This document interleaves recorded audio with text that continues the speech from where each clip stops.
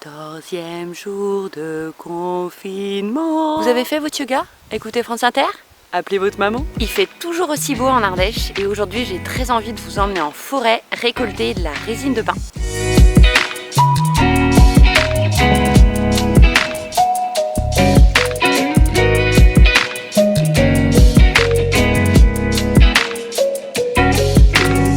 Nous voici sur un très vieux volcan enrobé de châtaigniers en pagaille qui eux-mêmes ont été mélangés à de jeunes résineux plantés au siècle dernier pour limiter l'érosion. Dans cette forêt, il y a visiblement deux espèces principales de résineux. Le pin noir, dont les longues aiguilles rigides et piquantes viennent toujours de par deux.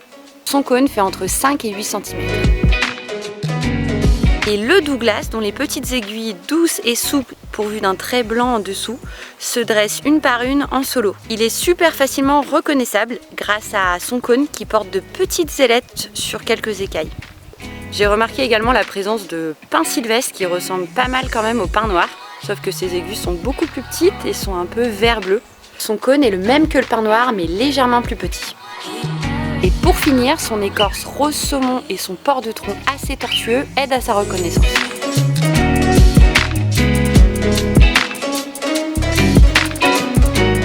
Mais c'est bien beau, mais la résine dans tout ça, madame.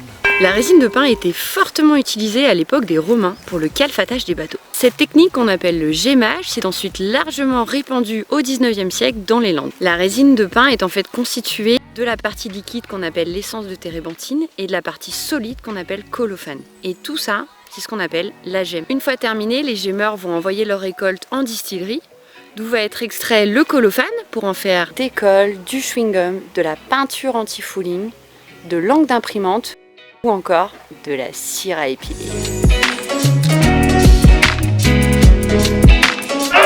Et la térébenthine pour la fabrication de vernis, de médicaments et bien sûr la fabrication de la résine de cannabis.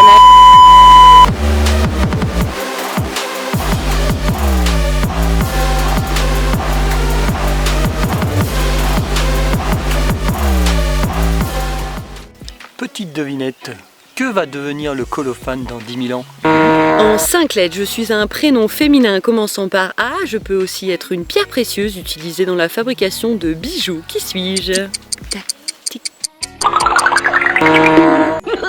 Donc pour la récolte, vous allez avoir besoin uniquement d'un couteau et d'un bocal en verre ou en plastique pour récolter vos boules de gomme. Allez, c'est parti pour la cueillette. Hasta la resistencia. T'inquiète pas Moog, on lui fera pas de mal à l'arbre, je te promets.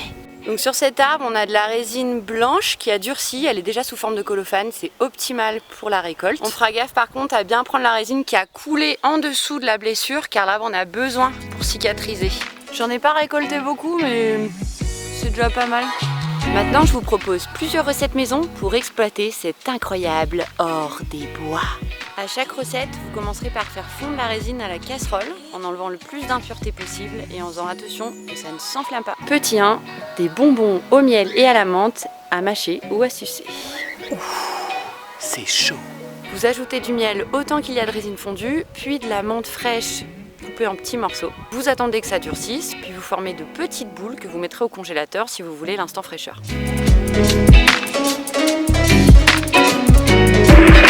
Vous pouvez aussi en faire des sucettes en coulant votre préparation dans un moule type coquille de noix que vous enlèverez ensuite.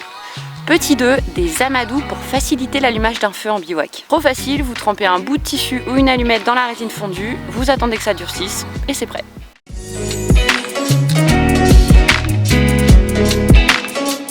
Vous pouvez aussi en faire une bougie en prenant un bout de tissu que vous enroulez sur lui-même. Vous aurez une bougie qui durera environ 5 minutes d'éclairage. Petit 3, des bâtons d'encens. Vous rajoutez à votre résine fondue des plantes séchées, odorantes, type armoise, mélisse, d'autres trucs que j'ai pas en tête. Et vous moulez tout ça dans quelque chose que vous pourrez retirer ensuite, une paille, un fond de bouteille en plastique. Vous obtiendrez un encens sain et purifiant pour vos super journées de méditation.